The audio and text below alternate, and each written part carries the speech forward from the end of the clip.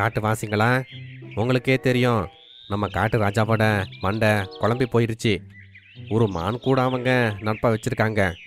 அது நம்ம காட்டுக்கே ஆபத்தா முடியும். பில்லு ஓநாய் சொன்னது கேட்டு அங்க நின்னுக்கிட்டு இருந்த யானை பில்லு கிட்ட சொல்லுச்சு. காட்டோட ராஜா மான் கூட நட்புல இருந்தா உனக்கு என்ன அதுல எரியுது? ஐயோ யானை மாமா, உங்களுக்கு என்ன ஆச்சு? ஒரு சிங்கமா இருந்து மான் கூட நட்பு வச்சுக்கலாமா? அது வீரத்துக்கே அவமானம். ஆனா சிம்பா இப்படியெல்லாம் பண்றது பார்த்தா அவங்க யாருமே மதிக்கவே மாட்டாங்க.